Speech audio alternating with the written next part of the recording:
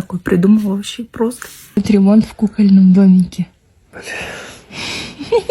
Классно. В каком кукольном домике? Вот в этом, что ли? Да.